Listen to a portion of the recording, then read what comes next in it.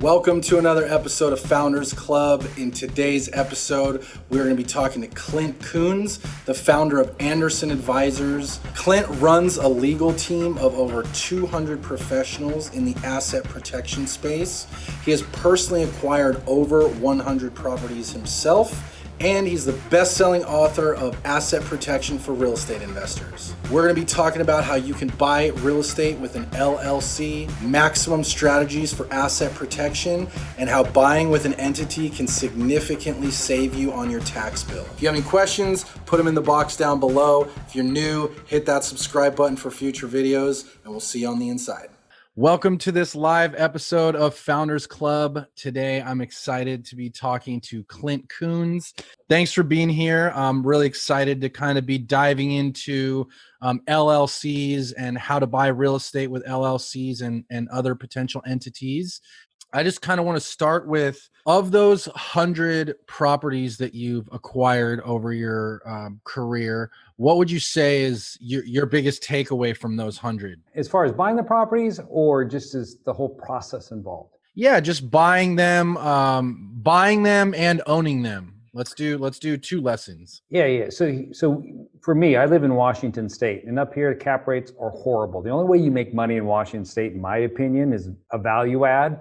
And I just don't have the time because I'm running the law firm and doing what I do from the education side. But I know I wanted to be involved in real estate because I grew up with a real estate background. My father was an avid real estate investor, and he was all value add when it came to putting his portfolio together, where he would buy properties for $1, pick them up, move them, drop them on a cinder block foundation, hook them all up, and instant equity.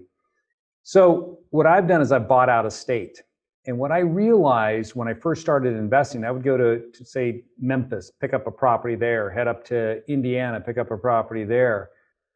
I found that I struggled to gain momentum and traction with that type of investing because I didn't have sufficient, not market saturation. I just didn't have enough of a footprint or presence in those markets that my out-of-state property managers, my property went vacant, they'd be like, we'll get to you. The guy that has 20 properties, that's the one they were taking care of first. Right. And so it taught me the important lesson. If you're going to invest out of state, which that's what I do for my investing, is that pick a market that meets all the demographics, everything that looks good to you, where you think you're going to get the return you're looking for, and make it a sizable investment there. Try not to space out your properties. I've been in the process in the last 2 years of cutting all that stuff out of my portfolio and sticking with the concentrations of where I have the majority of the investments. And I've noticed a big difference in the returns from doing that. So that was my biggest takeaway from the investing that I've learned. Second thing is treat it like a business. I struggled for a while getting my investment going, and then I realized that things that I was doing outside of the investing were impacting my ability to grow my investing, and making those small changes along the way, especially to my tax returns, really helped improve that as well. So those are the biggest ahas, takeaways that I could probably share with you. Yeah, I love that first one that you mentioned about kind of like consolidating your resources to one market, because it is really true. Like if you focus on one market, whether that's your own local market or somewhere far away, it allows you to, once you find a good property manager, you can stick with that one property manager across multiple assets. Same thing with a construction team or any of those other vendors that you might want to work with, including like real estate brokers and relationships on finding deals. Yeah, and that's been one of the things that I've learned the most. And also, for most of my acquisitions, it's been through wholesalers. So I found a person that I work with in the different markets that you get to know really well, and they know what you like, and they only bring you the deals that fit your investing criteria. So you're not getting slammed with a bunch of stuff that you have to pick through. They're only bringing you things that they know that you'll probably buy.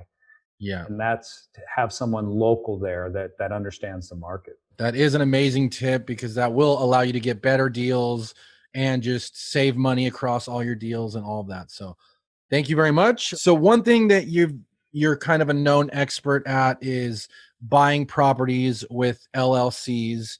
And I know that can be kind of a dry topic for a lot of people, but I promise we're going to make it entertaining.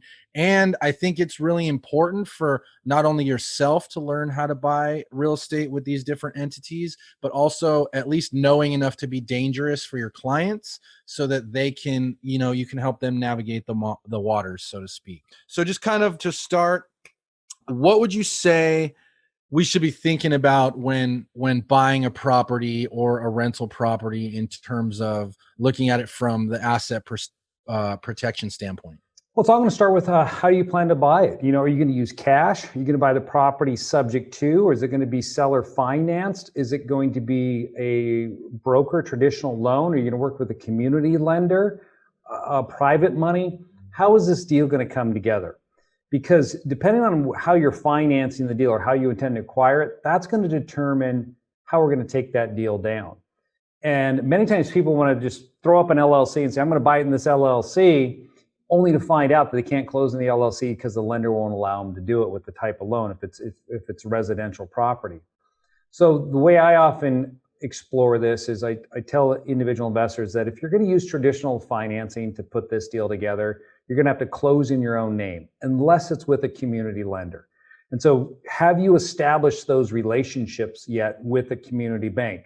I learned this a long time ago that by having a community lender that you've opened up an account with and you built that relationship, many times they can put deals together for you that the traditional brokers just can't touch, or not that they can't, they're unwilling to work with you on. I mean, I work with Chase Bank. I'm on their private advisory client services. They tell me how great it is and I'm part of this program.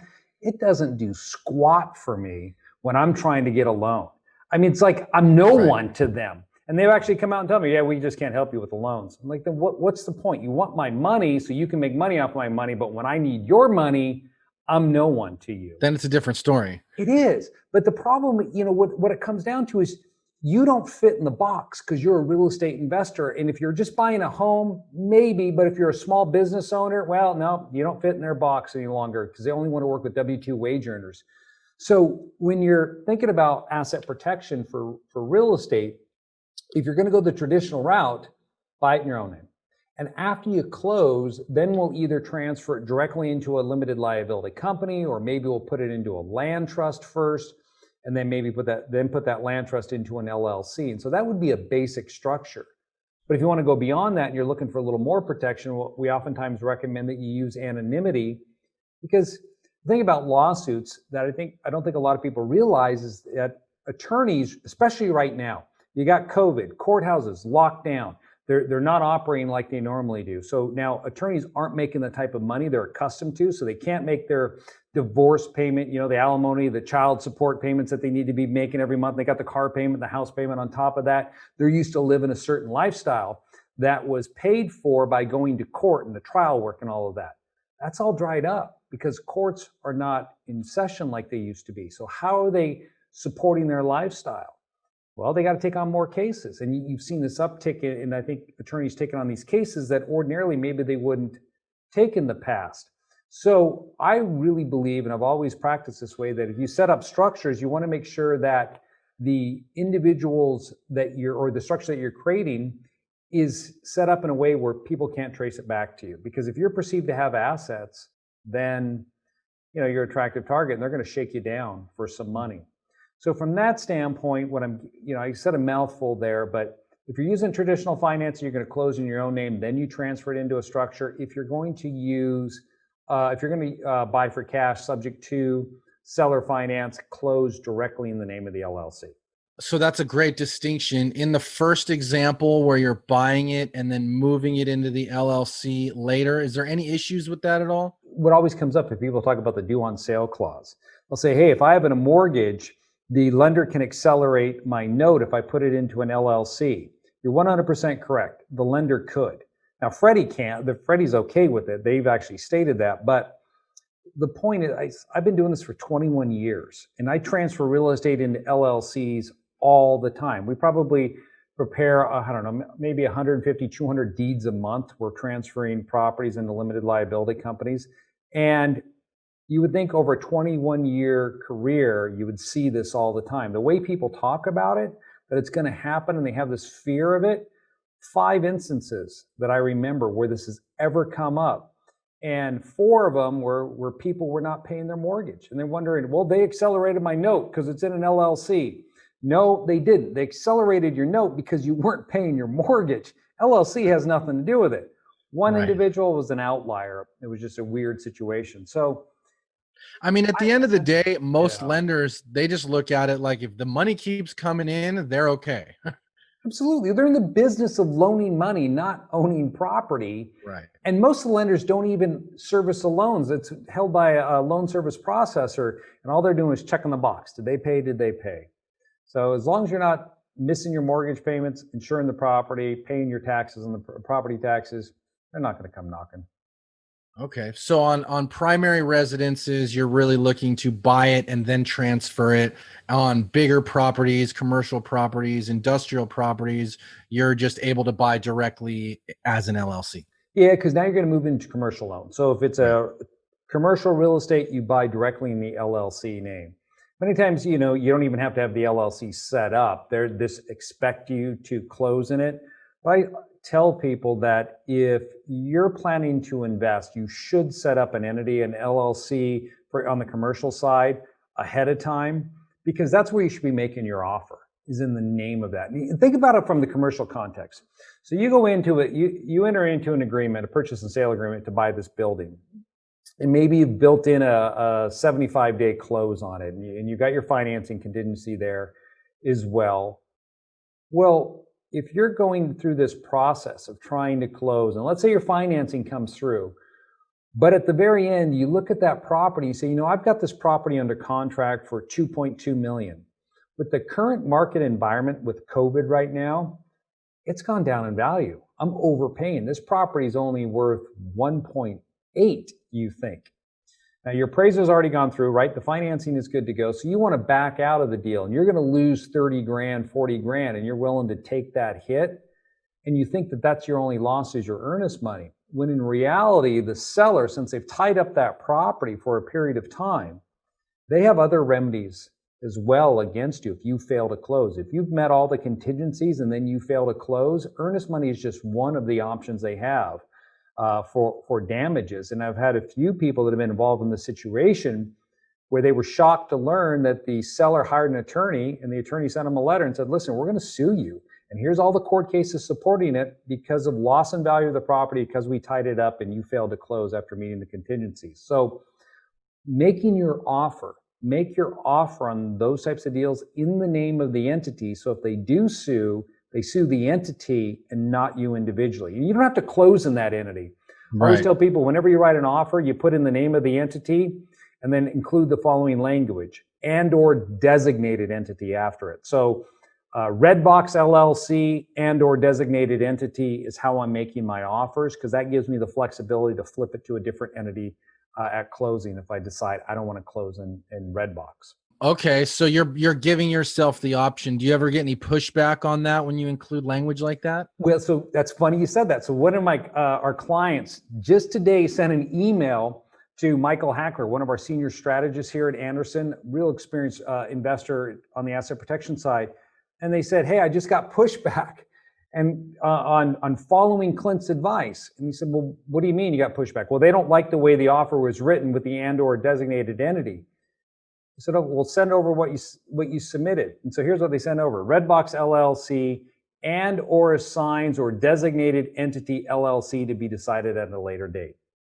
Okay, so the lender's concern was that they were going to wholesale this deal. And what drew their attention? They said the word assigns and or designated LLC. So this individual added in all this superfluous language that didn't need to be there. And that's one of the mistakes that people make many times, is that they tend to think by adding more or talking more, you're actually going to help out your situation, and it works against you. Very seldom does providing more information work for you. And or designated entity is all the information, all the language you need in order to do what you need to do. All that other stuff is just going to sow confusion or cast doubt in the other party. So yeah, it does happen when you use words that are, trigger words. Assigns is a trigger word. Yeah. Totally agree. That's a good distinction. Yeah, thank you. And that's a really good tip too, because then you give yourself the option to put it in any sort of entity you want. You have a lot more time to do due diligence and kind of figure out what makes the most sense for your specific situation. Correct. And one thing I'll leave you with there. So if you do get, because you asked me about the pushback, Oliver, if you did get pushback, here's how you always respond to that. Why did you do this? Well, my attorney or CPA advised me to use this language because for estate and tax planning purposes, yet they aren't exactly sure which entity I need to close in for the planning that they've been doing for me. End it like that. Don't add any more information. And that will get you through. Appreciate that. So just to keep moving, to buy in an LLC, it sounds like primary residence is after the purchase. What about other things like a straight rental or second homes or multifamily property? Okay, so I meant to correct you what I said there. So when I'm talking about buying in the LLC or moving it in, that would be on the single family rental property. If you want to protect your personal residence, slightly different strategy. So if you have a personal residence that you want to protect, then the strategy I typically use is as follows. Again, you're going to have to close in your own name because it's a personal residence. But then I would transfer it to a land trust, and I would set my land trust up with a nominee trustee.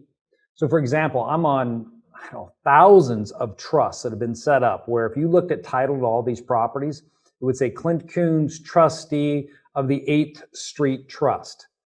And if you're not, are you familiar with a land trust, how it works? Yeah, I am. I know there's a lot of different states that have different things going on with land trusts. So by no means am I an expert, but yeah, I'd love to hear your thoughts on all that. Sure. So a trust, you have to basically have a grantor, trustee, and beneficiary. And the beneficiary in a land trust controls everything. People often assume, well, the trustee has complete control. I mean, here I am. If I ask you tomorrow, take your personal residence and put it in my name as trustee, and you go home to your spouse, you say, honey, look it, we're going to protect our house. We're going to put it in this guy named Clint Coons. He's going to be the trustee. He's going to show up on title. All right. She's going to come up to you and smell your breath is what she will do. I wonder, what have you been smoking? What have you been drinking? Because now you've just given our house away to someone. Well, that is a concern that people have, but it's how you draft the trust document. So you put the trust together, you say Clint's only on there for title holding purposes. That's how we're going to title it. He has no control over it. All the control rests with the beneficiaries, which would be you. So what this does, and using this technique, it gives you privacy of ownership. So if somebody runs your name or they get a judgment against you, I mean, think about this environment right now. Let's say you have a business. One of our clients has bought this fitness center, and they have this space that's all leased space, but they can't operate it. So they're not bringing in any money, and they think they're going to default on the lease. So what happens in that situation? The lessor is going to come after them for a deficiency, right? For defaulting on the lease.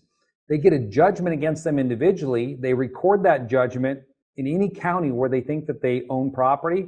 It'll attach. So if your personal residence is in your name, then it'll attach to that property. If you sell or refi your house, they get paid. But when you put it into a trust, the way I've described, it's no longer attached to you. It's got Clint Coons on there as trustee of this trust. So it wouldn't attach. You have the power to sell. You have the power to refinance as the beneficiaries. So this is how we protect personal residences, by pulling them out of your name. Now, do I stick around as your trustee? Nope, I resign immediately, and I appoint you as the successor trustee, which is already in the trust document. So you're the one that's actually in control. I'm there just for public appearance purposes. And I get contacted routinely by third parties trying to figure out who's involved with the trust. I tell them, hey, that's attorney-client privilege. I cannot share that information. But if you don't want to go that route, if you don't want to use someone like myself as a nominee trustee, you don't have to.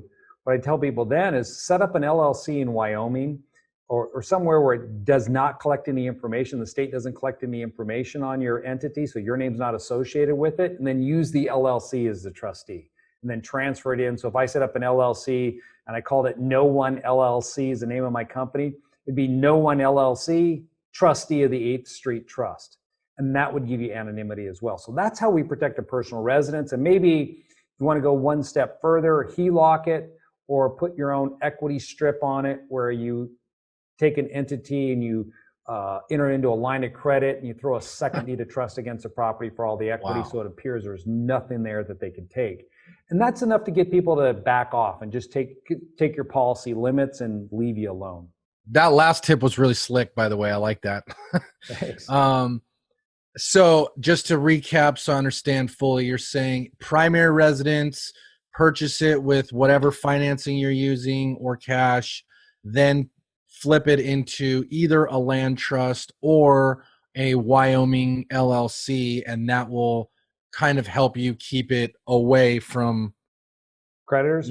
predators. You put it into so the to speak. land trust, but use a Wyoming LLC as the trustee of the land trust. Oh, so you're doing both then? Yeah, you're doing both. Because Got if you didn't use the Wyoming LLC, then you have to use a nominee like myself to serve it. there. Because if we didn't do that, I mean, say you went from Clint Coons to Clint Coons trustee of the 8th Street Trust. There's no anonymity. You can just look in title and you can see the transfer. It went from Clint individually to his own name as trustee of this trust. But if I moved it from Clint Coons individually to no one LLC trustee of the 8th Street Trust, then it appears as if I disposed of the property. And that's the impression I'm trying to give if anyone's looking. Alternatively, the other benefit is that if they get a judgment against Clint Coons, well, it's only assets that are in my name. That house is no longer in my name. So it's protected from personal judgments. Yeah, no, that's great. So that's for primary. We'll put that in a box and put it over here. You said for rental properties, if you're using traditional financing, you're buying it in your own name and then putting it into the LLC afterwards. Mm-hmm. Are you also using Wyoming LLCs for that, or is that any LLC? Typically not. Typically what we'll do in that case is we'll ask the client, do you desire anonymity for your structure so they can't trace the LLCs back to you? And if someone tells me, yes, I don't want them to know that I have all these properties in various LLCs, then what we'll do is we'll start with a Wyoming LLC, and let's assume that you're purchasing 3 properties in Florida. I would then create 3 Florida LLCs that are owned 100% by the Wyoming LLC. And the reason we structure it this way is so that if a creditor were to look at those Florida LLCs, or say your tenant hires an attorney because they want to come after you, they're not going to trace it back to you because everything is going to be protected by that Wyoming company that doesn't disclose any information about your control or ownership because Wyoming doesn't collect this data. So for that reason, then your structure is separate from you and it protects your involvement. Then you transfer those properties in Florida into those separate Florida limited liability companies. So they're always going to be held by the LLC in the state where the property is located. And there's some notable exceptions. Sometimes when we're dealing with states that charge, like California, $800 a year, some clients are thinking this is kind of steep. And in those instances, maybe we'll go with a hybrid structure where it's not a California LLC, but it's an out-of-state LLC with a land trust. So it depends. It's not a one-size-fits-all approach. And that's what we educate people on, is that when it comes to asset protection for real estate investors, we're really looking at 3 different things. We're looking at the asset protection side, we're looking at the tax planning side, and that's why we have a tax planning group inside of Anderson. But we're also looking at the business planning side of it as well, to set up a structure that's not going to break the bank, but it's also going to help you do more deals. Right. And there is no one size fits all, right? Everyone's situation is going to be a little bit different. Obviously, this is not legal advice, so seek your own counsel on stuff like this. But hey, I'm an attorney. Yeah, but we do want to just kind of make sure that we cover all the bases there. So then if it's a rental property where I'm paying cash or using any type of non-traditional financing, I can then buy directly in the LLC. If it's, yeah, absolutely. Because those lenders, they don't care. They understand that their security comes from the asset itself. The only reason why traditional brokers are not going to allow you to close in the LLC, because they're going to sell that and they want it traced back to the individual, because then they can determine whether or not you're credit worthy. And so it makes it easier to sell for them. Or if it's a Freddie Fannie product, they have to close that way because it's required if it's a residential mortgage, because Then in order for you to close in an LLC, you have to step up to commercial mortgage for Freddie Fannie purposes, and single family, a residence does not qualify. Won't qualify for that. Got to be more than 4 units. So that's for more like, yeah, exactly. Multifamily apartment type deals. Yeah. Got it. As far as like, we've kind of covered land trusts and we've kind of covered LLCs. Are there any situations where other entities make sense, like S Corps or a regular trust or anything like that? Yeah. So I'm a fan of C corporations, or it could be an LLC taxed as a C Corp. And I use them for people who want to flip property or wholesale. And the reason why I like the C Corp over the S Corp, in so many CPAs, they just love the S Corporation. They'll tell you, hey, it's flow-through treatment, you don't have double taxation. And I get it. But those individuals that tell you this information, they're focused on only one aspect of your plan, and that is the tax side. Right. And that is going to lead you down a path that is going to prevent you from growing your investing business. And it doesn't matter if you're flipping real estate or you're running a business on the side. Maybe you're in business for yourself and you're running through an S corporation. When you run your business as an S corp, because it's a flow through, all that activity shows up on your 1040, and lenders know you're in business for yourself. And so if it's a traditional business, they know you're in business for yourself, so they scrutinize your business. If you're a real estate flipper or wholesaler, I mean, they don't want to work with those individuals because they're too risky. And you just told them that this is what you do by turning in your tax return. So I like C corporations because none of that activity shows up on my 1040. It locks it all into the corporation. The only thing that comes out is what I take out as a W-2 salary. The benefit I've had for my own investing in the last 3 years was the change to the tax code with the Tax and Jobs Cut Act a few years back, where they allowed companies, professional corporations, Anderson, it's a law firm, so we're a professional corporation. We had to run as an S Corp. Otherwise, we'd be paying taxes at a seriously high rate. But when they changed the law, they allowed professional companies to run as a C Corp and only have to pay 21% like every other C corporation. As soon as that passed, we jumped on it.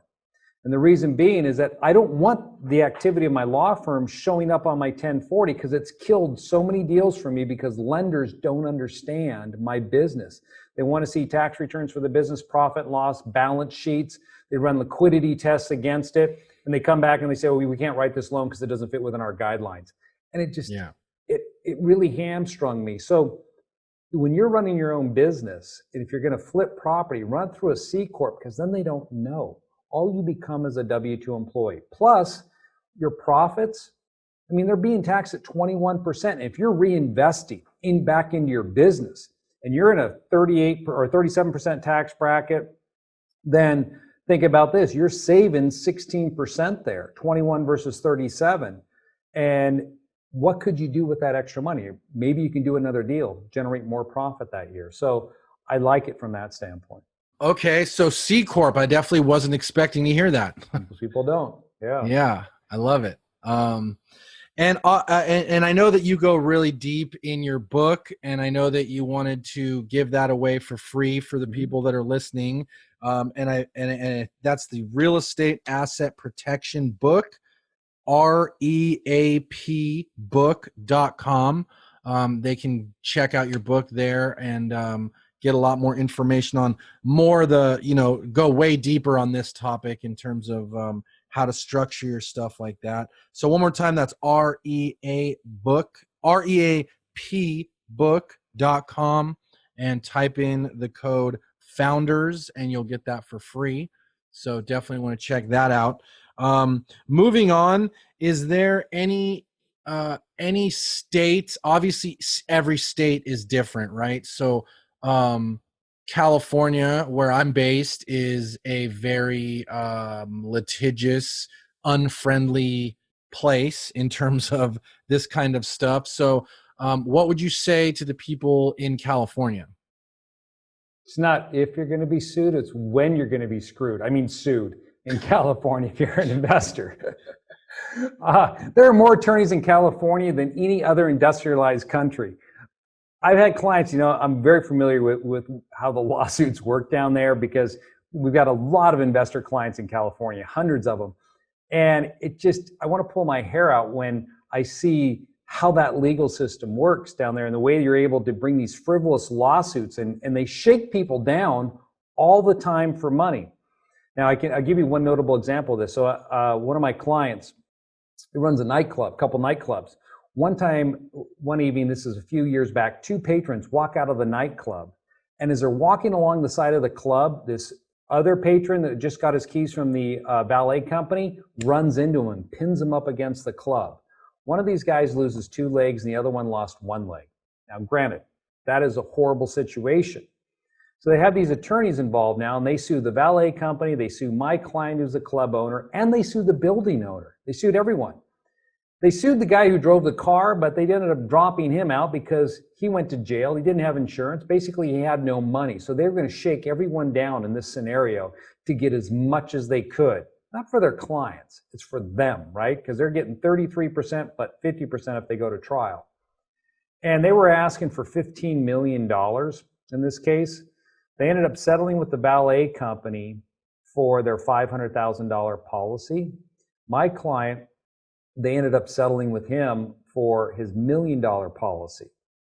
The building owner, which happened to be my client's father, he wanted to take it to trial. And I explained, you can't go to trial with this because California is joint and several liability state, and they can hold you 100% liable for a certain portion of the damages. And so you're going to have to figure out a way to settle. So he said, all right, I'll settle for my $1 million policy limits. And the attorneys came back and they said, nope, we won't settle with you. And the reason they wouldn't settle with him is because they did an asset search and they found that he had about $25 million in real estate in Los Angeles. Wow. Said, all in his personal name. All in his personal name. Wow. They said, we know you have assets, so this is our settlement offer. And he ended up taking that offer. But he was pissed because his son, my client, has more than his father. And they ran the same asset search on him, and he was able to walk away. And he's the one that's culpable, right? Because you could say he overserved the driver. But why did he walk away just for his policy limits? Because when they ran that same asset search, when I'm talking about anonymity, he owns nothing. Nothing shows up in his name. And that, I know, was a driving factor in their decision to let my client walk. But as they stated to his father, no, we know you have assets. We found them when we ran our search. So in California, I try to explain to people how important this concept of anonymity is to keep your name off of assets or your association with business entities, because attorneys there are very aggressive. And a lot of the examples I use in my presentations are from California because they just make great stories. And when I talk about stories, I mean fear. People say, well, you're peddling fear. Absolutely, I'm peddling fear because that is part of real estate investing. There is risk associated with it. And if you do not understand the risk, you then will not be able to appreciate the risk. And by failing to appreciate the risk, you're going to take action that will possibly result in you going through bankruptcy, losing all of your assets because you didn't understand where the risk and the traps are. And I've met with multiple people who are in their 60s and they thought they're going to retire, live on their income from their real estate, only to find out they had to start all over again because that one freak accident came along at an inopportune time and took everything from them. So it's really important you take action and put your assets in a place where creditors can't see them and beyond their reach. Yeah. So speaking of that asset search that you mentioned, what are the types of things that show up on there? Like if you obviously, if you own a property in your name, that's going to show up. But if you own a property in an LLC, does that show up? Great. So here's another story. So here's this guy in California, real estate investor. He sets up a limited liability company in California, and then he acquires a rental house in the name of the LLC. And so he did this back in, I think it was 2010. He has this little property set up in his one LLC. And about 2016, he borrows money from someone and he defaults on the note. So the lender hires an attorney, they sue him, and they obtain a $90,000 judgment against him for what he owed on this promissory note.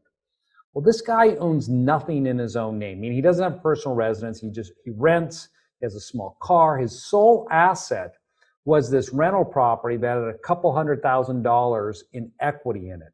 And he's trying to work through a refinance, do a cash out to pull some cash out of this property while all this is going on.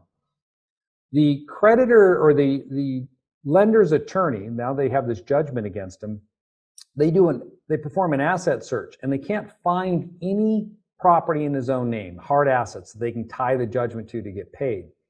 They search the California Secretary of State's website and they find him associated with this limited liability company.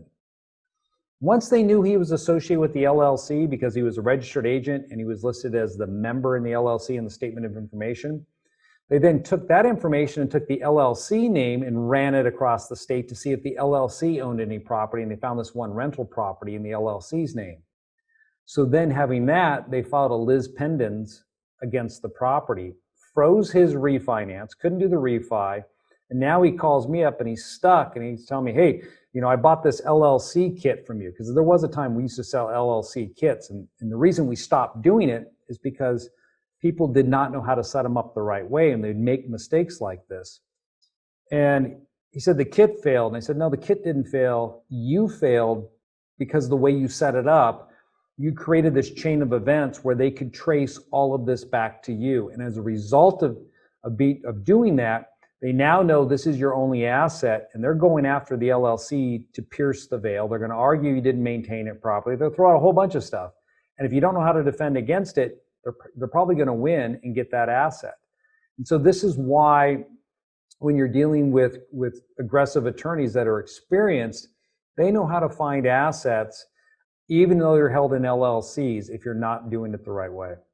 So that just brings up the question in my mind back to the example you just gave. What should that person have done? Simple. They should have set up an LLC in a state such as Nevada, Wyoming, Delaware, where your name isn't associated with it. Some people use New Mexico. And then taken that LLC as the base entity and form their California LLC. So the California LLC points back to the out-of-state LLC. Now, we use Wyoming for this matter. So every California LLC, if you look at it, the statement of information that's filed with California, it gives the Wyoming LLC. So if a creditor was looking, that California LLC is never tied to my client. It's tied to a Wyoming LLC that they own. And if they look at the Wyoming LLC, there's no information that's provided that can assist them in determining who the actual owners or members are. A year and a half ago, there was an investigative reporter up here in Washington State. I think he's on Channel 7 now. His name's Jesse Jones. And he contacted me directly because he was doing this investigative report. And it was just him and hawing how difficult it was that we had made his job to figure out who was involved with these entities, because we set up this complicated structure using Wyoming and Nevada to protect their identities. He's like, I just can't finish my story because I've hit this dead end. What can you do for me? I'm like, well, nothing. Because the reason why my clients opted for the anonymity is so that people like you aren't looking into their stuff and bugging them. So it is very effective, and it does frustrate people. Yeah, I can imagine. Okay, so when you're setting up these LLCs, are you almost always using that out-of-state structure that you just mentioned? Pretty much. Most of the time I am using that structure. Now, it depends on the type of asset. So let's assume you're going to do a commercial, or maybe you're doing a package of properties and you're doing a portfolio loan. So in those instances, I'm going to structure it through Delaware. And I found that commercial lenders, portfolio lenders, they don't like that Wyoming piece. They prefer a Delaware component there. So I'll switch. And I mean, it's not only with my clients, it's my own investing as well. I've already been down this road because I have different asset classes. And I found that I couldn't use Wyoming. I always had to go to Delaware with certain types of deals because the lenders would not work with a Wyoming component. Residential, it's never been an issue because most of the time, if you're financing, as we talked about, you're buying in your own name and then you're transferring it in. Or if you're using a single family home, say with a community bank, I would just put one together for a client this week and we closed on it. All the bank asked for was a letter from an attorney in our firm that just stated the Wyoming LLC was in good standing, blah, blah, blah, drafted per Wyoming laws. So you don't see a problem on the residential. It's only when you get into commercial portfolio stuff that you may want to go Delaware. Got it. And that's just because it's friendlier. The lenders are more used to seeing it, stuff like that. Yeah, that's it. It's Okay, all on makes them. sense. Got it. No, these are great tips. I love it. One thing I also hear a lot is having entities on the shelf. Can you talk just a little bit about what that means? Obviously, that's related to setting things up in advance before you want to use it. But how do you know how to set it up if you don't know how you're using it? So I guess just speak on that a little bit, maybe. Great. So, I mean, I think maybe we even coined the term shelf LLC. We started using it a long time ago because my partner and I, we were flipping property in the Las Vegas market in 2009, actually more towards 2010 for a couple of years. We're doing REO deals there. And these deals would come at us sometimes, opportunities so quick that you didn't have time to set up the LLC. So what we ended up doing is we created 6, 7 limited liability companies and always kept at least 6 LLCs on our shelf. This was before you had, DocuSign and Dropbox where you could keep all the stuff electronically. So we'd have these big binders on the shelf. And then every time we'd find a deal that we wanted to close on, we'd pull off one of the LLCs, make the offer in the name of that limited liability company. So that we were always in a situation where we had the entity to make the offer.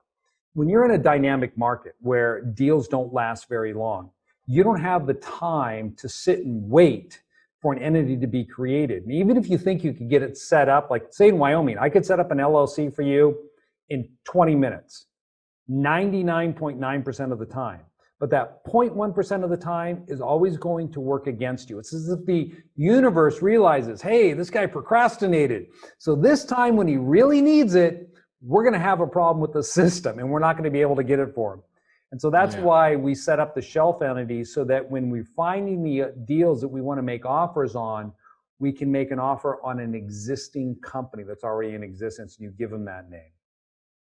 Cool. Yeah, makes sense. I know I'm sure every state is different, but what is the cost to set these up and maintain them? Just kind of ballpark. Yeah, so you're right. It depends on the state. California is going to be very expensive. So in California, you're going to be looking at $1,000 a year to maintain the entity there because you have that franchise fee of $800. Wyoming, you're looking at an average cost of around $175 a year, $150 a year to maintain the entity. Big difference. There is a big difference. So it just varies across the board where you're setting it up. Are there any your preferred ones, it sounds like, are Delaware, Wyoming, and Nevada, kind of off the cuff? Yeah, mainly we do majority in Wyoming and then Delaware. I don't do too many in Nevada unless they're actually investing in Nevada because Nevada didn't change their laws. The banks changed their laws on how they would open up accounts.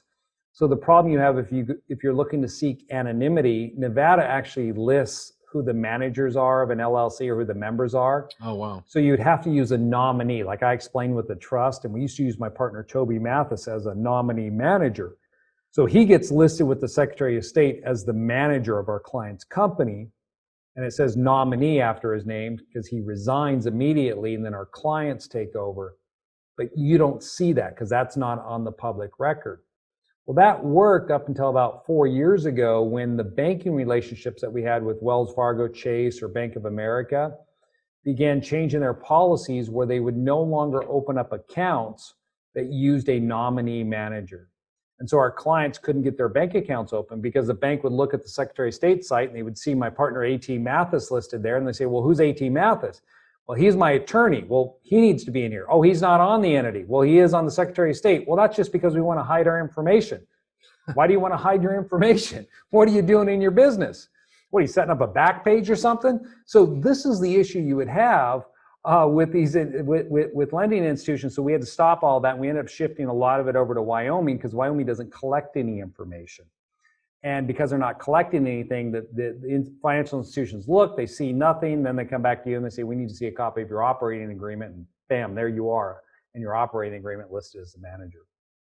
Got it. So that was actually a question I had, if you're how it affects the financing, but it sounds like if you need to, you just provide that operating agreement that shows that you're actually part of it, and that would help in that scenario. Absolutely. And the thing about it is, you don't want to do it on your own. You're going to want to hire a firm, like Anderson or someone else to set it up.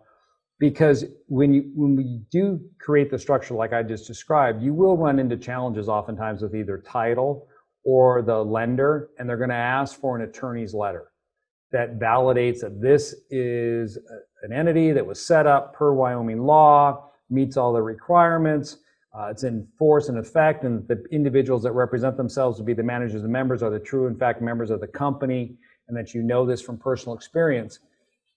If you came to me with your own Wyoming LLC and said, Clint, I want a letter like that, I wouldn't do it because I don't know you. I didn't help create the entity. I don't know what you may have done with the setup. And so there's too much risk involved for me. So these are things, it provides great protection, but it's not something you should embark on your own. Makes sense. Yeah, I'm sure there's a lot of variables to look at there. So working with a professional probably makes sense. How much, if you don't mind me asking, does something like that cost to get set up initially? Absolutely. So to set up an LLC where you have complete anonymity, you have a business address, so any mail you send there, because this is another mistake people make, they'll set up the structure, but then on title, their tax statements are being sent to their personal residence. There's your Achilles heel right there. I can trace you that way. So what we have with our structures is we have all your mail.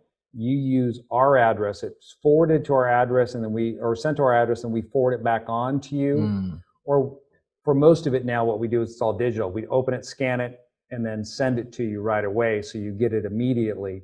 It runs $2,500 to set up a structure like that. And when you're thinking about it in the greater scheme of things of what you're creating, you only need one of these entities. I'm not saying you need to create 10 Wyoming companies. So when I've been talking about them, using them in different contexts, it's that same LLC serving multiple purposes. So it's one company. And then to maintain it, it's much less expensive on an annual basis. But the initial setup is there. So it's $2,500 to set up, which seems fairly reasonable given all the advantages that we've kind of outlined. What about maintenance? Is there any yearly stuff associated with that, or how does that work? So to maintain the address and everything else, it's going to run you about $650 a year with the filing fees, the annual filing fees in Wyoming to maintain. Okay, cool. So $50 a month, or is that just pay it one time type one thing? One time. Yeah, just one time. Got it. So $2,500 up front, $650 a year to maintain. Mm-hmm. Awesome. And then I think this is going to parlay right into my next question, which was, if you have multiple properties, how should you be set up? It sounds like you would set up that one that we just talked about and then maybe stack all the other ones underneath it, or how does that work? Yes, that's exactly what I would do. I'd set up the one and then stack all the other LLCs underneath it. And so that one entity you create in Wyoming owns 100% of all your other LLCs. And so all those other LLCs are what we refer to as disregarded entities, which means they don't have to file a tax return. So everything passes right down to your Wyoming company. Now, your Wyoming LLC should be structured as a partnership if you can do it. So if you have some other individual in your family that you can make a partner in that company, with your spouse, of course, you can just make 50-50. But I'm working on one right now for a client. He's divorced, so we're giving his kids a 5% interest. The reason why I like to have my holding entity treated as a partnership is because I want the information from my real estate to hit my 1040 in a certain manner. A lot of people, when they own rental real estate in their own name, or through a disregarded LLC, it's going to show up in your 1040 Schedule E, page 1. So it lists out all your properties. Whereas if you have it through a partnership, it shows up via K1, so you get one line item there. What is the distinction? Now it's more like a business. Yeah, this is where it comes to get you. If you go the first route where you put all your properties on your 1040, you're going to have a thick 1040 if you have quite a few pieces of property. So it makes it a more complicated return for someone to look at. 2, the issue is that all of that income that you report, let's assume I report $100,000 a year in rental income. And I'm now trying to qualify for my 10th property that I want to get a loan on. they're going to look at that rental income and they're going to run your debt to income ratio, and they're going to say, all right, he has $100,000 income. We can't count $100,000 worth of income towards his debt to income ratio because we need to account for vacancies. So they'll discount it by 25 to 30%. So you're going to get 70 to 75,000 of that money counted for, because that is per Freddie Fannie guidelines. That's what you have to do. Now, if you do it the opposite way, where you put it in a partnership, you get this K1 with one line item that shows your income, they give you 100% of that. It's so simple a change that needs to be made that can help you push you into more deals or qualify for a little more expensive loan or higher loan, that a lot of investors they've never figured this out and they make these mistakes. And so that's typically how I would put your structure together. If you're dealing with commercial property, multifamily, that's going to be in a separate entity that's going to be filing its own tax return, which is key. When you're dealing with those types of assets, those entities need to file tax returns, because if you intend to sell, if it's not a portfolio investment and you want to sell that, you've got to have a tax return to go with it. It will make the sale process so much smoother for you because your buyer's lender is going to ask for it. You're going to want to see a copy of the return associated with the entity. And if you have it set up where it doesn't file a return, they're probably going to fall out of financing. I've seen this happen many times for real estate investors. And in some instances, probably 50% of the time, they end up carrying the paper. And if it's a multifamily, you don't want to carry the paper because a lot of multifamily investors are not operators and they get involved with that property that you've stabilized and they run it into the ground within 8 months. And then you have to foreclose and take the property back because you can't, or they sue you and they assert, well, he misrepresented this property and the stabilization and the tenants and all this. And it has nothing to do with you. I mean, my father went through this actually on the sale of one of his multifamily properties because of the operator just didn't know what they were doing. So you want to get in, get out, and get paid, set it up so you can do that. So the master anonymous LLC, Wyoming LLC, kind of oversees everything. Ideally, you can make that a partnership with a parent or a brother, sister, spouse, whatever. So you get that benefit of the K1. And then anything that you own underneath that would just be either in an LLC. Can that also work for S Corps, for businesses, things like that? Yeah, I mean, you can set up an S Corp that way as well, as long as it's the entity that's holding it in Wyoming is a disregarded entity. So that's an area where it has to be disregarded. So your lower tier entity, as you described, that would be an S Corp owned 100% by a Wyoming LLC that is a disregarded entity. So in point of fact, that California client, he actually had a couple S Corps in his structure that were set up and that we did exactly what I described. So the individual who was suing had no idea, these attorneys, that he had all these other businesses that he owned because they were all protected by the out-of-state company. And then those smaller LLCs, cost-wise, like let's say someone's already done the master one with you, are those also the same or is that different? No. Or how does? So it depends on, they're $1,500 to set them up in the other states plus the filing fees. But then we also, in our firm, we have a package that we provide our clients that are active clients, which really knocks that down. Like a bundle deal. It's a bundle deal. So then you can create as many LLCs as you want. And the only out-of-pocket investment you have at that point in time is just the state filing fee to get it established. Cool. Yeah, no, that's great to know. And if people want to find out more than that, more about that, how would they contact you direct? So what I would say is first get my book. Okay, so we're really big on education to educate yourself on these concepts. If you go to reapbook.com, enter in founders, not only am I going to send you a copy of my book, but we're also going to provide you a free strategy session where we will analyze your situation, perform a risk analysis on what you have, determine what type of investing you're interested in or what you're already engaged in, look at your existing structures, and then help you design out a plan to move forwards. And we would make, strategic recommendations from both the asset protection side, the tax side, and also the business planning side. Because you can't, as I stated earlier, put too much emphasis just on one aspect of your investing. You need to have a comprehensive plan that appreciates all aspects there to help you grow your business. And so that's what we'll provide you. Now, we're going to ask for some information. We're going to ask you to fill out a strategy session questionnaire. And this is imperative that you do it to make the most efficient use of your time and our time. We need to know where you're investing, what types of investments you're making, current investments you have, or business entities. So then when we're working on that plan with you, we're making recommendations that, they're accurate, but more importantly, they're relevant. And that's what a lot of people miss. They say, well, my CPA told me this. What do you say to that? I'll say that's 100% accurate information. Well, is that what I should do? No. Well, why not? The CPA told me that. And I said, well, just because he gave you accurate information doesn't mean it's relevant, right? If you say an S corporation is a flow-through entity, it is. If he says the S corporation will save you $6,000 in your plan, he's right. But what do you want to do? Do you want to save $6,000 or you want to grow your business into a $600,000 a year business? You decide.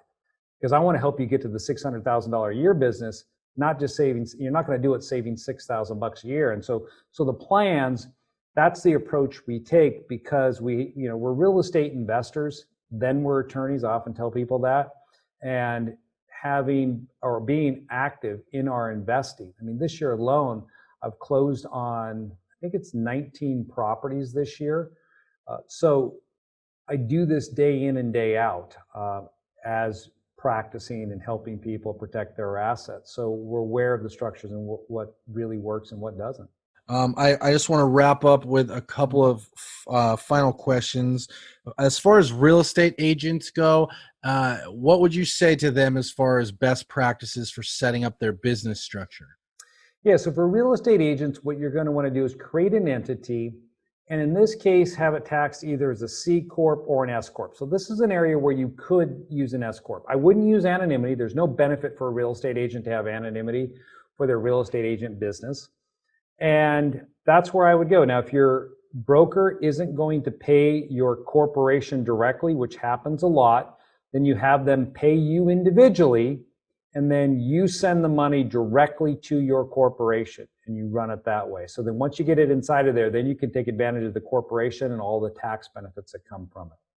Awesome. My partner S Toby Corp or Mathis C teaches Corp? a great course on working with real estate agents and how to structure their business. And you may be able to find that on our website if you go there. Yeah, and you guys should check out his YouTube channel. There's a ton of valuable insight on there. I saw you've got a lot of videos that really go deep on a lot of these topics specifically. So that's great insight. Over the years of doing this in your career, what would you say, looking back, is one thing that you wish you would have known sooner? My tax returns, how I accounted for my income. I really hurt myself when I first started out because I focused solely on reducing taxes, and I took, income where I could clear, $500,000 more a year and I'd pay zero in federal income tax. And I thought I was so smart by doing this. And it really came back to bite me because when you had this great run up in real estate, I was trying to get into some bigger deals and I couldn't qualify because the lenders would look at my tax returns and they would say, you make no money. I'm like, oh, the hell I don't. I make good money. Well, where is it? Oh, it just doesn't show up in my tax return. Oh, so you cheat on your taxes. Is that what you're saying? I mean, you couldn't win. Try to explain this stuff to them. And that was the biggest mistake because it pushed my serious investing back by 7 years. Because I did it for 4 years and then they asked for 2 years of tax returns. And so that was just hanging around my neck for a while there. Until I got out of that, my investing really didn't take off. Really solid tip. Honestly, I think that's all I have. We've gotten a bunch of people in the group saying great information. Thanking you for your time. I just really appreciate all the insight you have given us. If you're listening somewhere else, go to the Facebook group, Real Closers. Get on board with us. It's free to join. If you're watching this on YouTube, go ahead and subscribe, like it. If you have any questions, put them in the box down below, and we'll circle back with Clint to get those answered for you. And lastly, make sure you take advantage of getting his book at reapbook.com and input the code founders. Anything you want to wrap up with, Clint, or did we get through most of it? There's a lot of information out there. a lot of misinformation. Whenever you're going to work with someone, as I'm talking to you right now, the people will come to me and they'll say, well, Clint, this guy told me, I thought he knew what he was doing. Interview him, right? Ask your CPA, how many clients are real estate investors? Ask the attorney, how many of his clients are real estate investors? More importantly, do you invest as well?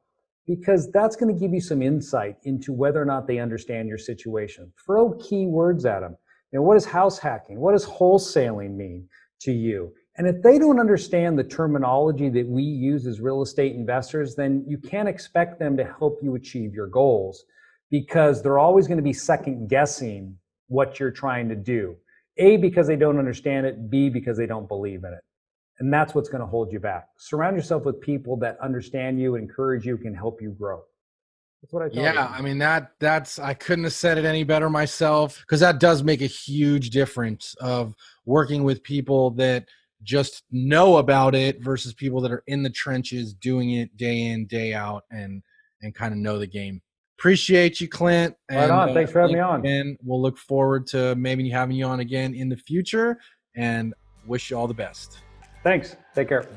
Thank you.